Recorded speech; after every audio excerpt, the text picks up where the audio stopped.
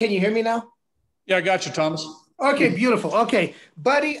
First of all, one just to get your basic reaction to the news of Jeff Bridich stepping down as general manager today. Well, I think we were all surprised. We were shocked, actually. Jeff told me late yesterday afternoon after the ball game before we hopped on the airplane, and we shared a moment together in my office with the door closed and talked freely about a lot of things over the last 5 years. But, Jeff indicated that, moving forward, the Rockies, and, those of us downstairs in uniform are in a good place. And, basically he felt it was time. Yes. I guess looking forward from here, is this something that will affect the club, or what can you do to keep this from, I guess, having an effect on the club one way or the other? Well, I think that, again, downstairs, meaning down the clubhouse, the players and I and the coaches, we will continue to do what we do. Obviously there's a separation between the front office and the field. This impacts us. We lose a valuable member, of our baseball team in a lot of ways. But we also know that the game moves forward, and Jeff and I talked about that. And he stressed to me, and I think others in the front office to keep plowing ahead and get after it. But again, I think on the day-to-day basis, what we do in the clubhouse, on the field, as coaches and players, we'll continue on. I'd be remiss if I didn't ask, because you have a breadth of experience in this game. Is there any thought on your part of looking at a general manager, baseball president type thing? I know you're signed through 22 as manager, but any thought of that on your part? Thomas, I'm thinking about Austin Gomber tonight versus Anthony DeScalfani, and how we're going to beat the Giants. That's my thought right now, with obviously, thoughts about Jeff and his family, not being with us. But, right now, my thought is with our team and what we have to do today to win a game. And on this game, I noticed you've dropped Charlie down to 6th and Ryan McMahon in the cleanup with Crone in between them. What was your thought process on the lineup tonight? Well, a couple things. With Tapia and Hampson, they're doing a nice job. I think they're swinging the bats well. I think they're giving us good quality at bats. And I think that sets us up for the combination of the next 4 guys to knock them in: Trevor, Mac, Crone, and Chuck. And I think where Chuck is right now, I think just dropping him down a couple spots, I think could help him, let him exhale a little bit out of that 4 hole. And, I suspect that when, Charlie starts hitting, that's what I told him today, at some point, he'll move back up in the lineup. Thomas, we're going to circle around to some other raised hands. We'll come back to you if you have more questions, but we'll go to Patrick Saunders now. Patrick, go ahead. Hi, buddy. Hey, in regard to Jeff, I'm sure a lot of us have a lot of questions, and some of them I know you don't have answers for. Sure. But I do want to ask you, being a GM in professional baseball, major leagues, is a tough job. Do you think Jeff, in your opinion, was he burned out?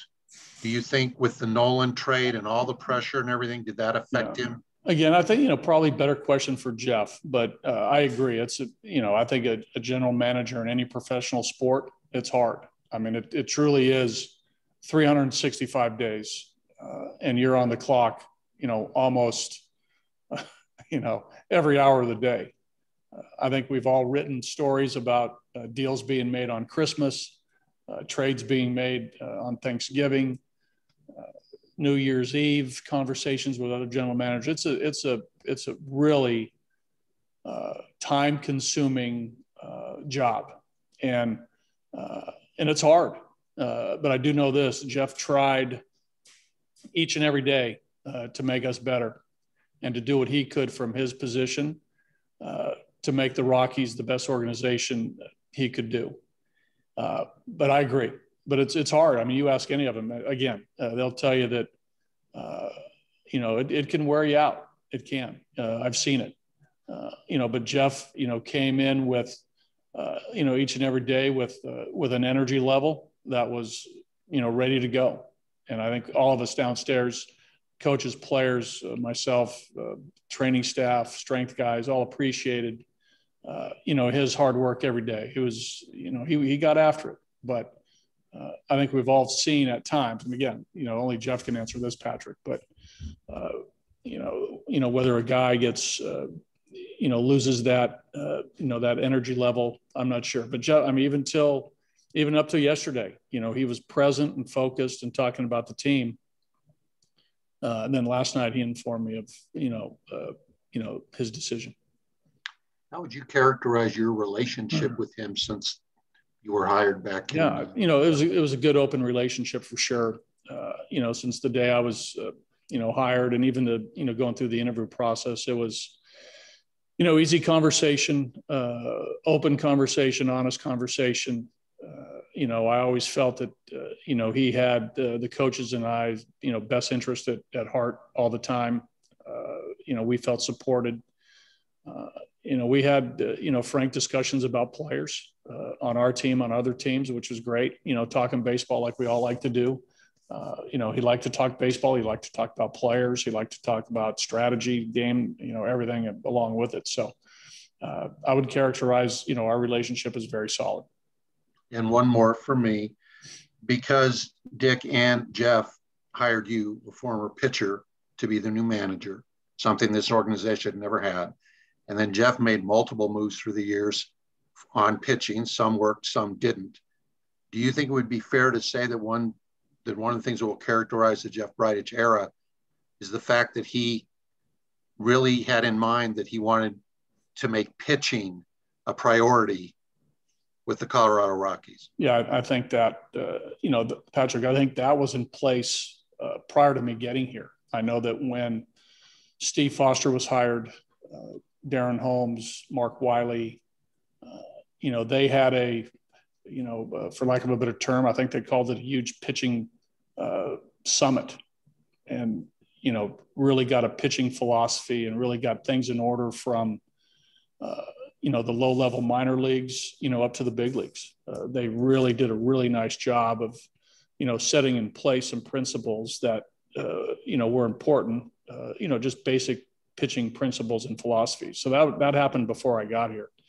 And then maybe, my hire was something that, added to that. But I think you're definitely right on when you say that, Jeff did make pitching a priority. And you can tell by, a number of his, signings of free agent pitchers who, came to Colorado and, did well. I mean, we had, Greg Holland lead the National League in saves in 17. We had Wade Davis lead the National League in saves in 18.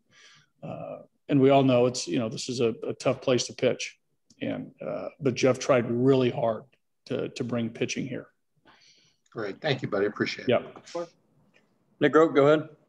Yeah, buddy, I recognize that we're in like weird times, obviously, and we're all kind of a little bit separate, and maybe you haven't spent a lot of time at Coors Field or as much as normal. And I realize in February you were preparing for a season, but now 3 months after the Arenado trade, in hindsight, do you think that the sort of maybe the blowback from that trade changed some things in the front office about maybe how they saw things going forward? I don't know. I mean, I don't quite, get your question, but I do know that, I'm not fully aware of everything that transpired over that period of time as it relates to Nolan.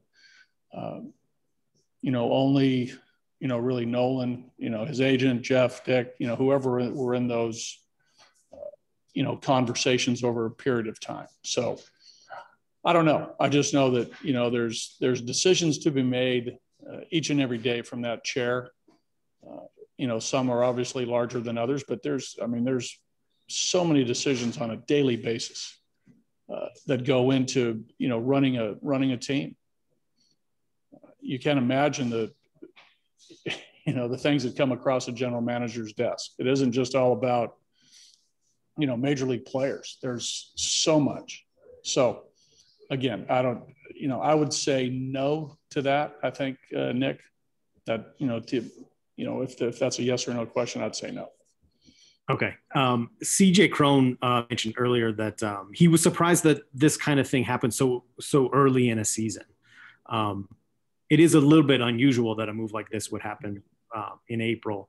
Do you think that you'll need to maybe let players know that give them a sense of solid footing going forward? Does it seem inside the clubhouse a little bit chaotic because things above them are happening like this? No, not really. I think like I said earlier, there's a natural separation between the front office and the players.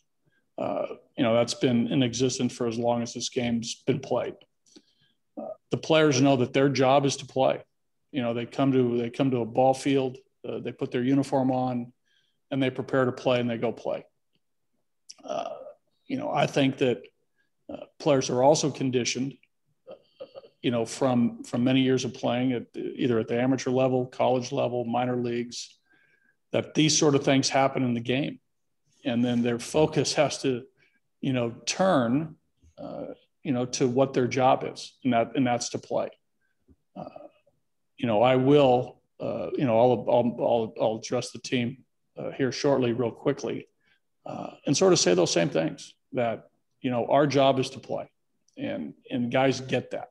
Guys know that, their basic job description is player, and to go out there and play like they know how to play.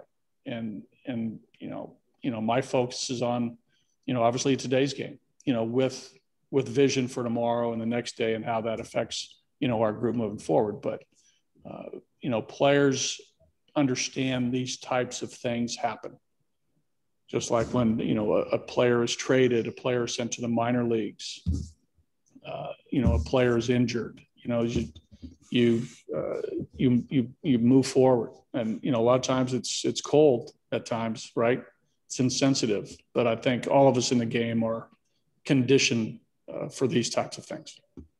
And just one last one, since you mentioned it, you are in uniform, and your job is to manage a baseball team and to play right. Tonight's game. Yes. We haven't heard from Dick. He hasn't released a statement. Do you ever get frustrated for also having to be a spokesman for this team so often at all? No, I mean, again, I'm sure, I don't know whether, I'm sure, I have no, to answer that question. No, I know that, part of my job is to speak on a lot of different topics, besides the game.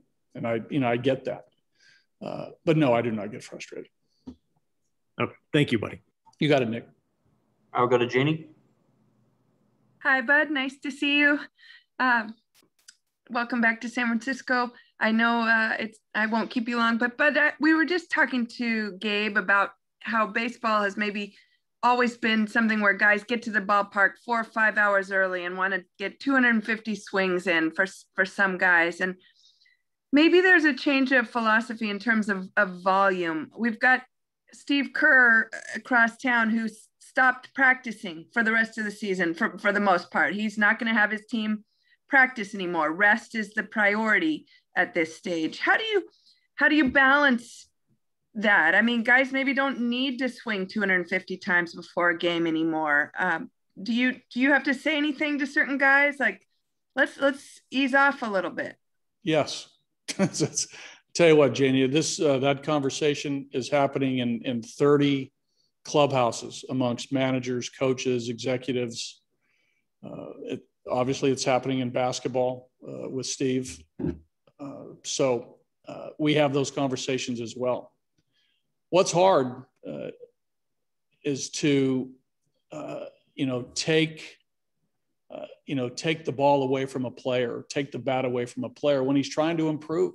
I mean, players are in this day and age have worked harder than ever before. The resources available to them to improve, to get better, to practice. You guys have seen it, whether it's video, whether it's extra hitting, whether it's, great cages, whether it's, wonderful weight rooms, great facilities for guys to get better. And it's hard to stop them because they want to get better. So the conversations are practical, common sense. At times more is not better, less is better. Steve's philosophy. Coaches and managers, that's happening across the landscape of all sports. We're seeing it in football, right? I think this past year with the coronavirus, you saw football players and football teams not gathering as units. I'm not sure exactly how they practiced, but they, for lack of a better sense, they showed up on Sunday and played, and it was good quality football. So, but it's hard because you have athletes who want to get better. They want to improve. So they're in the weight room, they're in the cage, they're practicing with weighted balls, and pitchers are getting stronger. So, but it's conversations that are had, and there are times when you have to tell players to back off. Sometimes you have to literally shut the door and get the key so they can't get in. But a lot of players understand that too, that there's a time to rest and there's a time to step back. Thank you, Bud. That's fascinating. I'll go to Owen Perkins and we'll finish back up with Thomas. Owen, go ahead. Yeah, Bud, I was going to ask if you had a chance to meet with the team yet, but it sounds like that's coming up.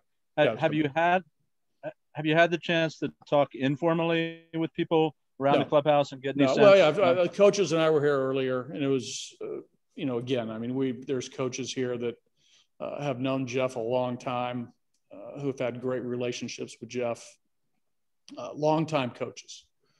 Stu Cole, Ron Gideon, who worked with Jeff in the minor leagues, Daryl Scott, who was here since '08, players, Charlie, an original Rocky.